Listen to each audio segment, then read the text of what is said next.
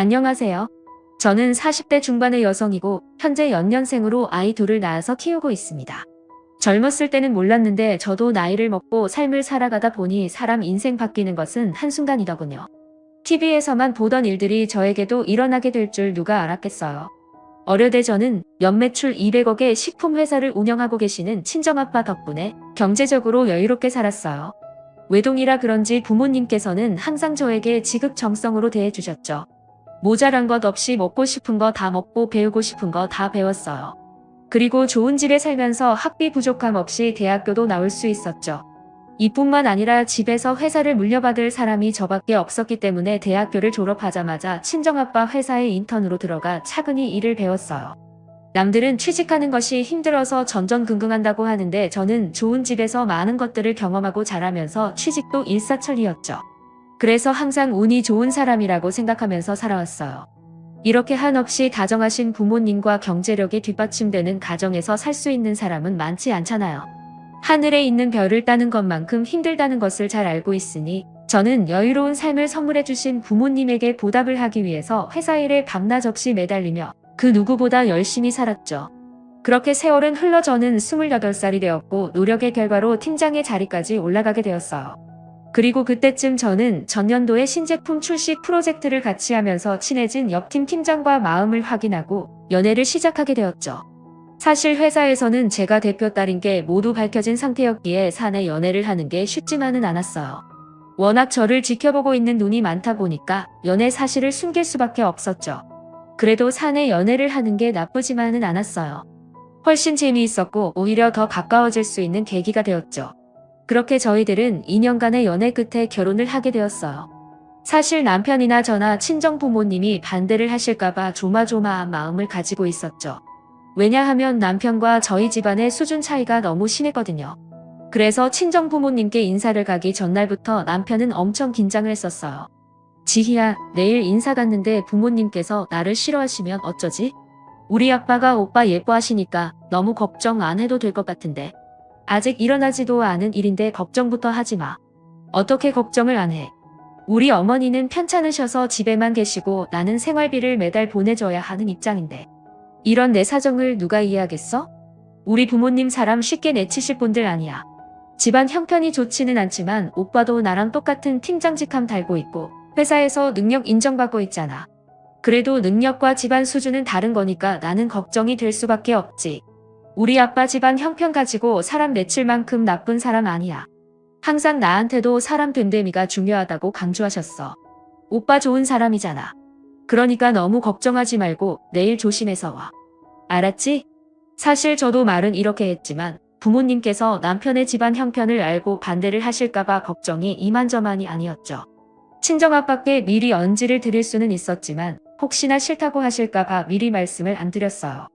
그렇게 다음 날이 되고 저는 떨리는 마음으로 부모님께 남편을 소개했죠. 당연히 친정아빠는 남편의 얼굴을 알고 계셨기에 많이 놀라신 듯 보였어요. 다행히 내치거나 하지는 않으셨고 다 같이 모여 식사를 하면서 이런저런 이야기를 나누게 되었죠.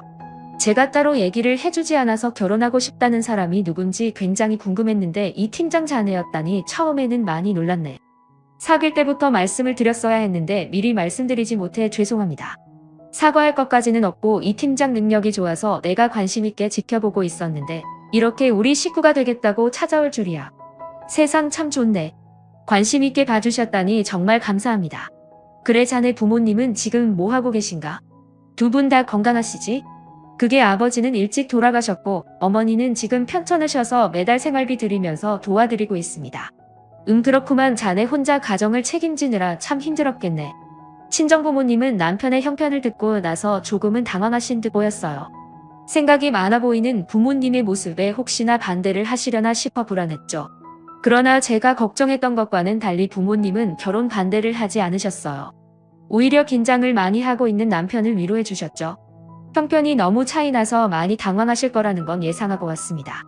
그리고 제가 감히 넘볼 수 없는 사람을 넘봤다는 것도 잘 알고 있어요. 하지만 지희를 많이 사랑하고 있습니다. 허락해 주시면 제가 100배 1000배 잘하겠습니다. 가정 형편이 우리랑 차이가 많이 나는 것은 아쉽지. 하지만 그렇다고 해서 자네를 반대할 생각은 없네. 가정 형편이 뭐 본인 마음대로 할 수 있는 것도 아니고 나는 집안 형편이나 경제력보다 사람 됨됨이를 우선으로 생각해. 그러니까 너무 걱정하지 말게. 그렇게 친정아빠는 평소 남편이 성실하고 착실해 좋게 보고 있었다면서 결혼을 흔쾌히 허락해 주셨어요. 남편이 집으로 돌아가고 난 후에 친정부모님은 예상치 못한 사람이 집에 들어오고 평소 이미지와는 달리 집안 형편이 안 좋다는 것을 알게 되어 조금 놀랐다고 하셨죠. 그러나 제가 좋아하는 사람이라면 무조건 가족으로 맞아주시겠다고 약속한 것도 있었고 회사에서 남편을 좋게 보고 있었기 때문에 허락을 하셨다고 하셨어요. 그러면서 집안 사정과는 관계없이 저희 둘이 앞으로 행복하게 잘 살면 되는 거라고 하셨죠. 그렇게 저희 부부는 흔쾌히 허락해 주신 친정부모님 덕분에 무사히 결혼을 할 수 있었어요. 친정부모님께서는 철부지 외동딸을 시집 보내면서 이런저런 걱정을 하셨어요. 그러나 저는 정말 행복한 결혼 생활을 할 수 있었어요. 시어머니께서는 저를 너무 예뻐하셨고 남편도 주변 사람들이 인꼬부부라고 할 정도로 저에게 잘했죠. 무엇보다 평소 세심한 성격 덕분인지 시어머니를 챙기는 것만큼 저희 친정부모님에게도 잘했어요. 그래서 싸우거나 말다툼할 일은 거의 없었죠. 다만 어느 집에나 문제는 있기 마련이잖아요. 사실 저희 부부는 결혼 전부터 아이는 되도록이면 빨리 낳았으면 했어요. 저도 외동으로 외롭게 자란 상태였고 남편도 외동이었기에 양가 부모님께서는 최대한 빨리 아이를 가졌으면 하는 눈치였죠. 그러나 인생은 계획대로 되지는 않더라고요. 양가 부모님은 결혼 1년 차가 넘어갈 때부터 빨리 아이를 낳으라고 재촉을 하셨는데 저희 부부는 아무리 노력해도 임신이 되지 않았어요. 2년 차가 넘어갔는데도 아이가 생기지 않았으니 저는 나이가 있어 그런가 싶어 불안한 마음이 있었죠. 그래서 걱정되는 마음에 병원 진료를 받아봐야 하나 싶어서 남편과 상의를 했던 적도 있었어요. 여보, 우리 아이 가지려고 노력한 지 2년이 넘어가는데 아직까지 아무 소식이 없잖아. 그래서 말인데 병원 진료를 한번 받아볼까? 에이, 우리 이제 결혼 2년 차야 뭐가 그렇게 급하다고 병원 진료까지 받아. 우리 나이도 있고 불안하니까 그렇지. 원래 30대가 넘어가면 임신 확률 확 줄어든다고 하잖아. 그거 근거 없는 헛소리일 뿐이야. 어떤 사람들은 나이 50 넘어가도 아이 잘만 가지더라. 그러니까 너무 부담 가지지 마. 우리 아이도 엄마 아빠 신혼생활 조금 더 즐기라고 눈치껏 늦게 오려나 본데 마음 편하게 먹자. 나도 마음 편하게 먹고 싶은데 그게 잘 안 되네. 내가 어디서 봤는데 결혼한 지 10년이 넘었는데도 애가 안 생겨서 병원 다니던 사람들이 결국 임신 포기하고 병원 진료를 그만두니까 그때 아이가 찾아왔다고 하더라. 그러니까 임신도 마음을 편하게 먹어야 되는 거야. 엄마가 불안하고 힘들어하는데 어떤 나기가 찾아오고 싶겠어. 남편은 임신 문제로 힘들어하는 저를 달래주면서 너무 급하게 마음을 먹지 말자고 하더군요. 그러면서 병원 진료는 결혼한 지 5, 6년이 지나도 아이가 생기지 않으면 그때 가보자고 했어요. 남편의 이야기를 들으면서 저도 조금은 생각이 바뀌게 되었어요. 그래서 임신에 대한 강박은 내려놓고 마음을 편하게 가져보기로 했죠. 그랬더니 정말 신기하게도 결혼한 지 3년 만에 자연으로 첫째 아이를 가질 수 있게 되었어요. 그리고 겹경사로 출산한 지 4개월 만에 둘째 아이도 임신을 하게 되었죠. 임신이 안 되어서 그렇게 애를 태우더니 연년생으로 두 아이가 태어나게 되니까 틀듯이 기쁘더라고요. 당연히 양가 부모님께서도 세상에 손주가 둘이나 낳으니 너무 좋아하셨죠. 사실 저는 첫째 아이를 낳을 때까지만 해도 일 욕심이 굉장히 많았어요. 친정아빠의 회사에 다니고 있어서 그런 게 아니라 일을 할 때가 가장 신나고 행복했거든요. 주변 사람들도 일을 하고 있는 저를 보면 표정이 훨씬 밝고 행복해 보인다며 신기해할 정도였어요. 그래서 저는 당연히 몸조리를 끝내고 아이 맡길 곳을 찾으면 곧장 회사에 출근할 생각이었어요. 그러나 연년생으로 둘째 아이를 가지게 되니 앞으로 회사 일은 어떻게 해야 하고 아이들은 또 어떻게 키워야 하는지 막막함이 생겼죠. 그런데 육아에 대한 고민이 많은 것은 저희 남편도 마찬가지였던 것 같아요. 그래서 저희 부부는 나름대로 이것저것 방법을 찾아보게 되었죠. 여보, 우리 주은이랑 주희 육아 어떻게 할래? 육아휴직을 쓰고 돌아가면서 아이 키울래? 나도 생각을 좀 해봤는데 그냥 애들이 초등학교에 들어갈 때까지 옆에 붙어 도와주시는 이모님을 알아보는 게 어때? 당신이나 나나 주휴직책인데 아무래도 그 자리에 오래 비워두면 안 될 것 같아. 남편은 육아휴직을 하고 아이들을 키우는 것보다는 차라리 전문가의 도움을 받자고 했어요. 처음에 남편 이야기를 듣고서 갓 태어난 아이들을 어떻게 남의 손에 맡기나 하는 생각을 했었는데 막상 다시 고민을 해보니까 일을 하든 안 하든 누군가의 도움은 필요할 것 같았어요. 원래 연년생은 쌍둥이만큼 힘들다고 하잖아요. 연년생 아이들을 키우고 있는 주변 지인들도 저에게 이모님은 꼭 구하라는 조언을 해주었죠. 갓 태어난 신생아 연년생은 이모님 2명을 불러도 힘들다고 하면서요. 그래서 저는 고민 끝에 남편 말대로 육아를 도와주실 수 있는 이모님을 알아보게 되었어요. 주변 말을 들어보니 좋은 이모님 구하는 것은 하늘의 별 따기라고 하더라고요. 그래서 걱정이 이만저만이 아니었는데 운이 좋았는지 저는 어렵지 않게 금방 좋은 이모님을 모실 수 있었어요. 그러나 집에 갓난아기가 둘이 있다 보니 이모님을 모셨음에도 도저히 일을 할 수 있는 상황이 아니었어요. 그래서 이 일을 어떻게 해야 하나 고민이 정말 많았죠. 무엇보다 저는 아이들을 완벽하게 잘 키워내고 싶은 마음이 있었어요. 그래서 몇 달을 고민하다가 저는 좋은 엄마가 되기 위해서 회사를 포기하고 전업주부가 되기로 했죠. 그렇게 저는 일을 그만두기로 마음을 먹고 난 다음 남편과 친정아빠에게 이 문제를 상의하게 되었어요. 저 회사 그만둘까요? 집에 이모님을 들였어도 주은이랑 주희가 연년생이라서 제가 옆에 있어야 할 것 같아요. 여보, 갑자기 그게 무슨 소리야? 회사를 그만두겠다니? 당신 일 욕심 많은 사람인데 괜찮겠어? 그래 지희야. 당장 회사 나오기 힘들면 육아휴직을 쓰면 되잖아. 그러니까 조금 더 고민해보고 신중하게 결정해라. 나중에 후회하지 말고. 아니에요. 저 이미 신중하게 고민하고 내린 결정이에요. 그리고 제 자리가 오래 비어져 있으면 팀원들이 더 힘들어져서요. 그러니까 저 회사 관두고 전업주부로 있을 수 있게 도와주세요. 친정아빠랑 남편은 일을 관두고 전업주부가 되겠다는 저를 어떻게든 설득해보려고 했죠. 그러나 저는 뜻을 굽히지 않았고 결국 두 사람은 저를 이해해주기로 했어요. 그렇게 저는 회사를 나오게 되었고 전업주부로서의 새로운 인생을 시작하게 되었죠. 처음에는 엄마로서만 사는 게 어색하기도 하고 힘들기도 했어요. 하지만 사람은 적응의 동물이라는 말도 있잖아요. 저도 시간이 지날수록 점차 나아지게 되더군요. 그리고 남편도 회사에서 능력을 인정받고 승승장구해서 부장으로 승진을 할 수 있게 되었죠. 그래서인지 남편은 남편대로 저는 저대로 굉장히 바쁘게 살았던 것 같아요. 그렇게 시간은 흘러 첫째 아이가 7살이 되었을 때였어요. 아침부터 정신이 없이 아이들을 준비시켜 어린이집에 보내고 집에 들어갔는데 친정엄마의 전화가 다급하게 울렸어요. 지희야, 너 지금 당장 병원으로 좀 와라.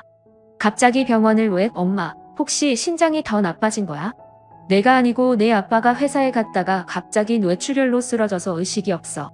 그래서 지금 수술 들어갔는데 의사 선생님 말씀을 들어보니 상황이 많이 안 좋은가 봐. 뭐라고? 알았어, 엄마. 내가 애들 데리고 바로 갈게. 친정아빠가 쓰러진 후 상황이 좋지 않다는 이야기를 듣고 난 후 뭐부터 해야 할지 머릿속이 하얘지더군요. 처음에는 그냥 바로 택시를 잡아 타고 병원으로 갈까 했지만 최악의 상황에서는 아빠가 세상을 떠날 수도 있겠다 싶어 어린이집에 둘러 아이들을 데리고 다급하게 병원으로 달려갔죠. 그렇게 병원에 도착을 해보니 정말 친정아빠가 의식 없이 누워 계셨어요. 의사 선생님께 언제 깨어낼 수 있냐고 물었더니 이미 골든타임을 놓친 후 병원에 오셔서 상황을 지켜봐야 할 것 같다고 했죠. 그래도 친정엄마와 저는 희망을 놓지 않았어요. 매일 같이 병원을 찾아 지극정성으로 간호했죠. 그러나 친정아빠는 아무리 노력을 해도 도무지 깨어날 생각을 하지 않더라고요. 사실 친정아빠가 누워있을 동안 투자자들은 하나둘씩 병원을 찾아 상태를 확인했어요. 겉으로는 병문안을 왔다고 하지만 하나같이 한숨을 쉬고 얼굴이 어두운 게 왠지 모를 불안감이 밀려왔죠. 그렇게 한 달가량의 시간이 지났을 때 친정아빠와 가깝게 지냈던 투자자 중 한 명이 병원에 찾아왔어요. 어렸을 적에 저도 아저씨라고 부르면서 잘 따랐던 사람이었죠. 갑자기 밖으로 불러내셔서 무슨 일인가 했는데 저에게 할 말이 있어서 오셨다고 하더라고요. 제이야, 마음 단단히 먹어라. 아무래도 회사에 칼바람이 불 것 같다. 네? 그게 무슨 말씀이세요? 아저씨 칼바람이라니요. 내가 최대한 막아보려고 했는데 투자자들 반발이 너무 심해. 내 아빠 계속 이 상태면 조만간 대표 자리에서 내려와야 할 수도 있을 것 같다. 내일 오후에 이 문제로 회의를 하겠다고 하는데 내가 와서 투자자들을 달래든지 다른 조건을 내세우든지 해야 할 것 같아. 네? 아무리 그래도 저희 아빠가 창업주이고 오랜 시간 동안 청춘 다 바쳐서 회사를 이끌어왔는데 한 달 만에 대표 자리에서 내려오라니 이건 너무하잖아요. 1년을 누워 있었던 것도 아니고 고작 한 달이에요. 알아, 내가 왜 모르겠니? 정말 한숨만 나오는 절망적인 상황이었죠. 친정아빠는 도무지 깨어날 기미가 보이지 않았고 대표 자리에서 억울하게 내려오지 않도록 제가 투자자들을 설득하는 방법밖에 없었어요. 그렇게 다음 날이 되었고 저는 친정아빠와 친하게 지내시는 투자자분과 함께 회사 회의실로 들어가게 되었죠. 이후 회의가 시작되었고 투자자들은 큰 소리를 내면서 크게 반발하기 시작했어요. 지금 대표가 한 달 동안 일어나지 못하고 있어요. 언제까지 회사의 대표 자리를 비워둘 겁니까? 지금까지 일어나지 못했으면 우리도 얼른 새로운 대표 찾아서 세워야 해요. 투자자님들의 마음은 제가 잘 알고 있어요. 하지만 저희 아빠가 1년을 누워 있었던 게 아니잖아요. 고작 한 달이에요. 분명히 일어나실 테니까 조금만 양해해 주시고 기다려 주시면 안 될까요? 뭘 양해하고 기다려요? 대표가 내 치료로 쓰러져서 일어나지를 못하고 있는데 회사를 새로 이끌어갈 사람을 찾는 게 당연한 순리고 철저인 거죠. 투자자님들의 뜻은 알겠습니다. 하지만 이 회사 저희 아빠가 창업주이고 청춘 다 바쳐서 이끌어온 곳이에요. 그래서 모르는 사람한테 대표 자리 넘겨줄 수는 없어요. 그러니까 조금만 양해해서 대표 교체 대신 대표 대리 체제로 해주시면 안 될까요? 제가 회사 경험도 있고 하니까 아빠 대신 대표 대리로 업무를 보겠습니다. 그건 더 안 될 말이죠. 따님분은 7년 전에 회사 그만두지 않았습니까? 7년 넘게만 보던 사람이 어떻게 회사를 운영하겠어요? 아시겠지만 저 회사 다닐 때 능력 좋다는 소리 많이 들었어요. 대표 자리만 지켜주시면 제가 죽을 만큼 노력해서 대표 대리 수행하겠습니다. 아무리 회사 다닐 때 능력이 좋다고 했어도 이건 아니죠. 저희 투자금이 걸린 문제인데 7년 전에 회사 그만둔 사람을 뭘 믿고 쉽게 대표 자리를 내주겠습니까? 남한테 회사 빼앗기는 게 싫은 거라면 차라리 이 부장이 대표 자리 맡게 하는 건 어떻습니까? 저희 아빠가 돌아가신 것도 아닌데 대리로 업무 수행하는 것도 아니고 대표로 승진을 시키자는 건가요? 아무리 제 남편이지만 그건 아닌 것 같습니다. 투자자들의 성화에 저는 대표 대리를 보겠다는 제안을 했었죠.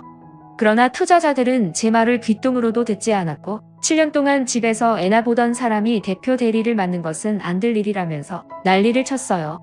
사실 저는 살면서 육아를 위해 회사를 나온 것을 단 한 번도 후회한 적은 없었어요. 그러나 친정아빠 일을 겪으면서 처음으로 회사를 그만둔 것에 대한 후회가 생기더군요. 만약 제가 회사를 꾸준히 나가서 능력을 키우고 승진을 했다면 애초에 이런 일도 일어나지 않았을 테고 대표 대리 수행도 제가 맡도록 조치를 해줬을 테니까요. 그러나 이미 저는 회사를 관둔 상황이었으니 투자자들의 말을 따를 수밖에 없는 입장이었죠. 그렇게 한참을 투자자들 사이에서 이런저런 이야기가 오고 갔어요.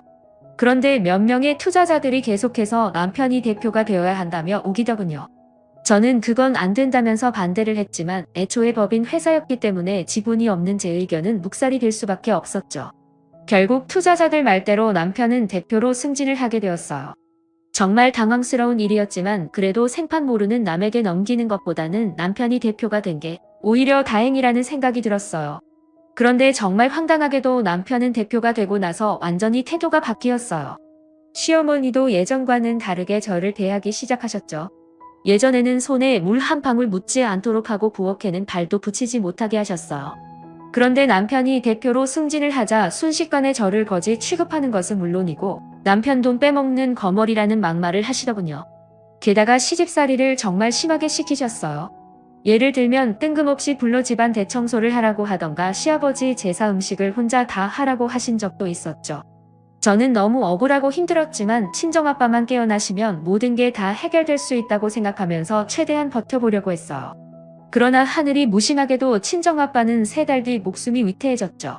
사실 돌아가시기 직전에 기적적으로 잠시 눈을 뜨고 깨어나셔서 저와 엄마는 이제 회복할 일만 남았겠구나 생각했어요.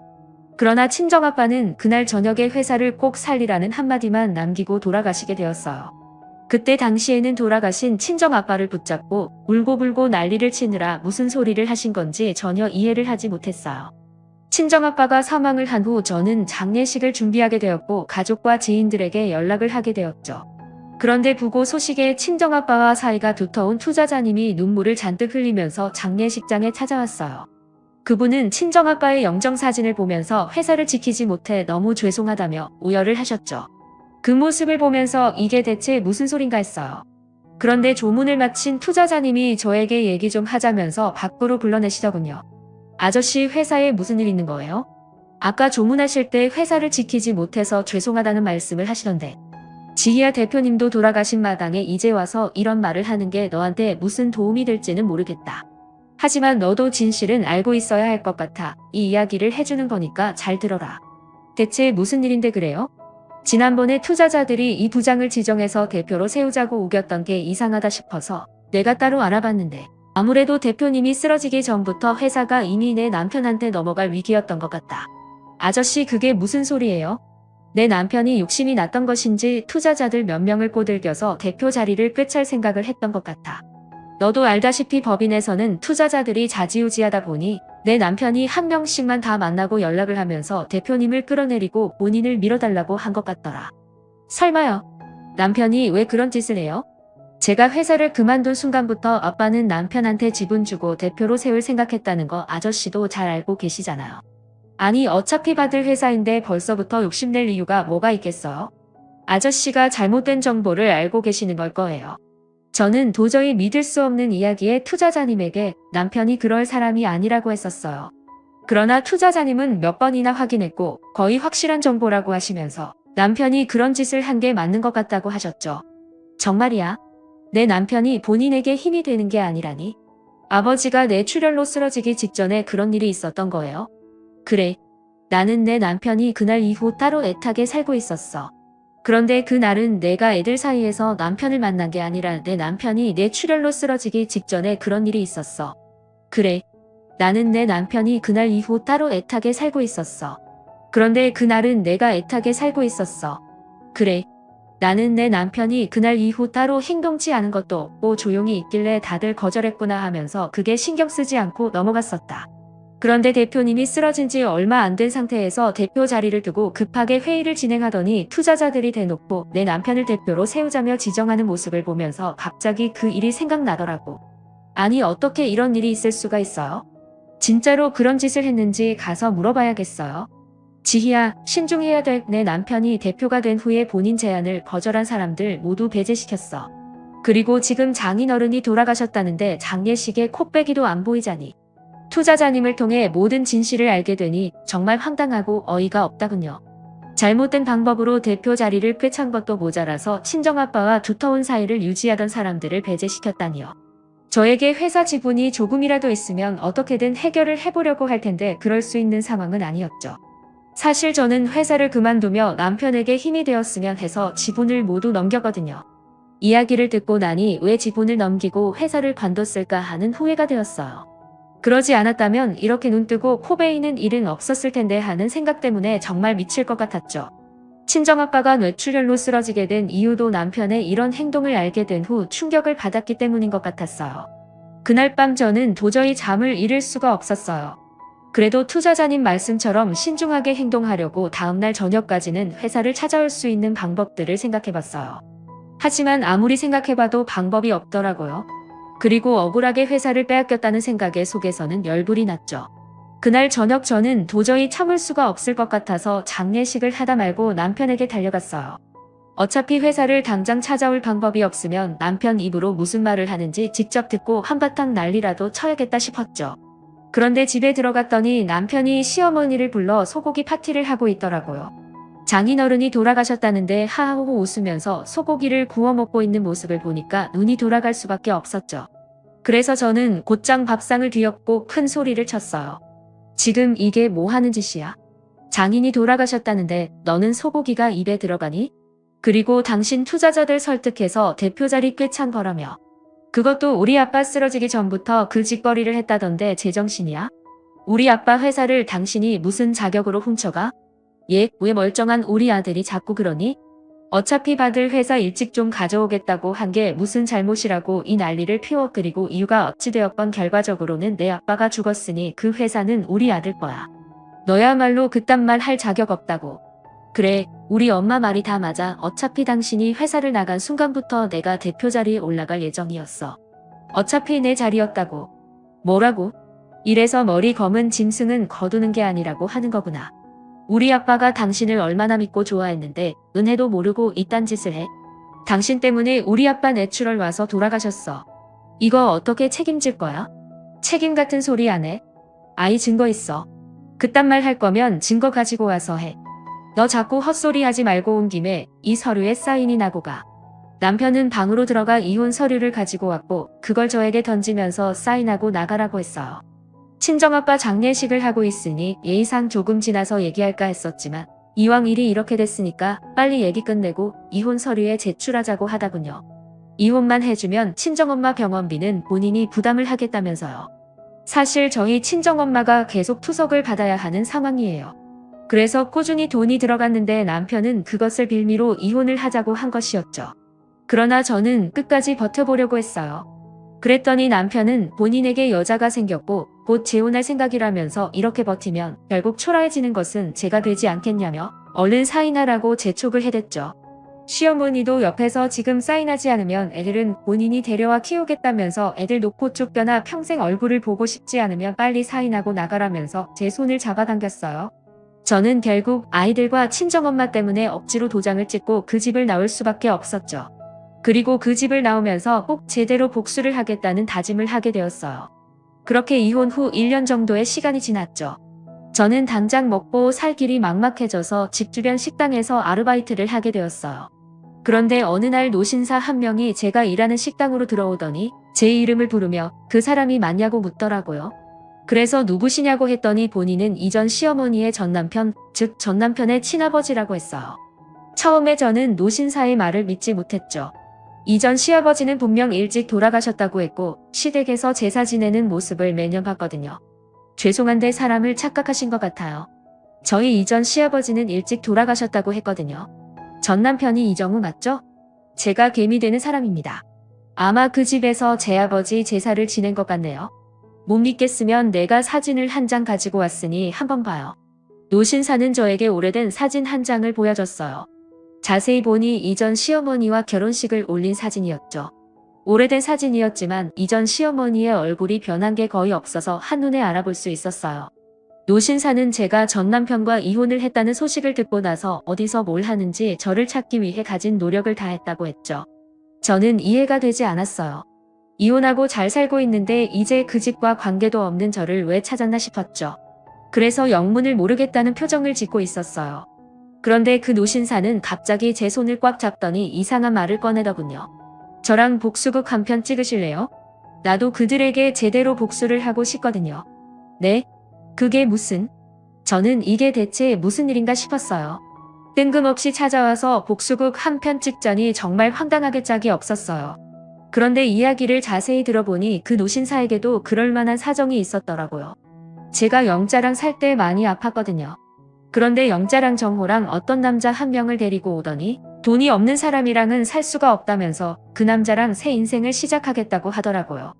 그러면서 병원비로 쓸 돈을 위자료라고 하면서 홀라당 가져가 버렸어요. 그렇게 저는 버려지게 되었고요. 네? 어떻게 그런 일이? 그럼 이후에 돈 한 푼 없이 어떻게 하셨어요? 병원에서는 억지로 퇴원을 시키려 하고 저는 돈 한 푼 없으니 결국 친척들에게 도움을 요청할 수밖에 없었죠. 하지만 아무도 도와주지 않아서 치료를 포기하려고 했어요. 그런데 그때 다행히 형이 소식을 듣고 아픈 걸 왜 이제야 얘기하냐면서 도와줬어요. 그렇게 저는 형 도움을 받아 악착같이 치료를 받아서 완치 판정받았고요. 노신사는 그날 이후 이전 시어머니와 전 남편에게 복수를 하겠다는 생각을 하면서 살아왔다고 했어요. 퇴원 후 일단 돈을 많이 벌어야겠다는 생각이 들었다고 했죠. 왜냐하면 그 두 사람은 돈에 눈이 먼 자들이니 복수 방법도 돈밖에 없다 판단했기 때문이라고 했어요. 그래서 노신사는 원양어선도 타고 일용직 일도 하면서 되는 대로 한 푼 두 푼 모았다고 했어요. 그런데 악착같이 돈을 벌고 있던 와중에 딸을 홀로 키우던 형이 사고로 돌아가셨다는 연락을 받게 되었다고 했어요. 그래서 노신사는 형딸, 즉 고등학생이던 조카를 걷어 본인 딸처럼 데리고 있게 되었다고 했죠. 그리고 형의 재산 일부를 정리해 본인 돈을 보태 투자를 하면서 조금씩 돈을 불리기 시작했다 했어요. 처음에는 소액 투자로 시작했는데 다행히 본인이 보는 눈이 있는 것인지 지금은 큰 돈을 가지고 놀게 되었다고 했죠. 그렇게 몇 년이 지나고 노신사의 상황을 모두 알고 있는 조카는 복수를 도와주겠다며 저희 친정아빠 회사의 회계팀에 들어가 일을 하게 되었다고 했어요. 그리고 얼마 전에 조카를 통해서 듣게 된 소식이 하나 있다고 했죠. 자꾸 이름 모를 유령 회사라 돈이 흘러나가는 것을 봐서는 대표가 회사 돈을 횡령하는 듯 보인다고 했다더군요. 그러면서 얼마 전에 그 내역을 노신사에게 보내줬다고 해요. 정말 황당하더라고요. 횡령까지 할 줄은 생각도 못했는데 진짜 간도 크다는 생각이 들었어요. 노신사는 본인의 사정을 설명한 후 앞으로의 계획을 이야기하기 시작했어요. 저는 투자할 돈을 대줄 테니까 제이씨가 저 대신 투자자로 나서주세요. 네? 제가 투자자를요? 아, 네. 그 회사 아빠 회사라고 하지 않았나요? 나중에 되찾으면 제이씨가 투자자로 나서야지요. 투자자들이 대표 딸이라는 것을 알게 되어야 회사 찾는데 유리하지 않겠어요? 그렇긴 하지만 저는 투자를 해본 적도 없고 어떻게 해야 할지도 모르는데요. 그게 어렵지 않을 테니 걱정 마세요. 분명 제이씨가 큰 돈을 투자하게 되면 다른 투자자들도 그 사람이 누군지 관심을 가질 거예요. 그렇게 해서 투자자들이랑 연결이 되면 제이씨는 비자금 내역을 보여주면서 대표가 횡령을 했다고 고소를 하자 해요. 제가 듣기로는 아빠 쪽 투자자들은 다 내쳤다고 하더라고요. 그럼 모두들 전 남편 편일 텐데 고소를 하겠다고 할까요? 아무리 정론 편이라고 해도 투자자들 입장에서는 증거물도 있는 데다가 본인 돈이 걸려있으니 고소 안 하겠다 나올 수는 없죠. 정말 그럴까요? 예, 분명히 횡령 사실을 알게 되면 투자자들은 난리가 날 테고 저놈은 대표직을 내려놓아야 하겠죠. 당연히 처벌도 받을 테고요. 그리고 투자자들 중 몇 명은 제이씨가 회사 창업주 딸이라는 것을 알 테니 어쩌면 회사도 되찾을 수 있을 거예요. 저는 노신사의 말대로 복수를 한번 해보기로 했죠. 시간이 많이 지나도 어떻게든 회사를 되찾아오려고 했었기에 이게 기회다 싶었거든요. 그렇게 저는 노신사에게 돈을 받아 그 돈을 친정아빠 회사에 투자를 하게 되었어요. 그리고 얼마 지나지 않아 소문을 듣고 투자자들이 연락을 해왔죠. 보통 투자를 하는 사람들은 한 곳에만 진행하는 경우가 드물다 보니 서로 좋은 투자처가 있다면 공유를 하는 듯 보였어요. 투자자들이 하나 둘 연락을 해오자 저는 좋은 투자처를 알고 있다면서 다 같이 모여 얘기 좀 하자고 했죠. 그렇게 저는 투자자들을 한 곳에 모여놓고 그 자리에 나가게 되었어요. 당연히 저를 알고 있는 몇몇의 오랜 투자자들은 제가 나타나자 놀란들 토끼 눈이 되었죠. 저는 지체할 것 없이 투자자들 앞에서 노신사에게 받은 서류를 꺼내들었어요. 그리고 전 남편이 유령 회사를 세워 횡령하고 있다는 사실을 모두 까발렸죠. 그러자 노신사의 말대로 투자자들은 서류를 확인한 후 난리가 났고 다 같이 대표인 전 남편을 고소하게 되었어요. 그로 인해 전 남편은 당연히 대표 자리에서 내려와야 했고 조사를 받은 후 옥에 갇히게 되었죠. 그리고 오래된 아빠를 존경했던 투자자들은 제가 회사 창업주의 딸이라는 것을 모든 투자자들에게 알렸어요. 그러면서 저를 대표로 내세우자며 다른 투자자들을 설득하기 시작했죠. 덕분에 저는 친정아빠의 회사를 되찾을 수 있었어요. 그리고 노신사는 본인이 가지고 있는 모든 돈을 저희 회사에 투자를 하게 되었죠. 그리고 오랜 시간 끝에 제가 회사를 다시 되찾게 되었다는 것을 알게 된 이전 시어머니가 찾아왔어요. 본인 아들은 돈 한 푼 가지고 있지 않아서 변호사도 없이 재판을 받아야 한다고 도와달라고 했어요. 저는 이전 시어머니의 부탁을 완곡하게 거절했죠. 그랬더니 이전 시어머니는 표정이 싹 바뀌어서는 손가락질까지 하며 난리를 치는 거예요. 내가 투자자 한 명에게 도와달라고 찾아갔더니 내가 회사에 투자한 돈이 내 전남편 돈이라더라. 너 내 전남편 돈으로 대표에 취임까지 했는데 내가 양심이 있으면 우리 도와줘야 하는 거 아니야. 제가 왜요? 저는 정당하게 아빠 회사 되찾는 건데 여기에서 무슨 양심을 찾아요? 아프다는 사람 돈까지 빼앗아 버려놓고 전남편 돈이 본인 돈인 건 마냥 이야기하지 마세요. 더 이상 말 섞고 싶지 않으니 사람 부르기 전에 조용히 내 회사에서 나가요. 제가 회사에서 당장 나가라고 소리를 치자 이전 시어머니는 그 자리에서 사설 변호사를 붙여달라며 아주 난리를 치더군요. 그런데 그때 저와 식사를 하기 위해 찾아온 노신사가 그 모습을 목격하고는 앞으로 다가왔어요.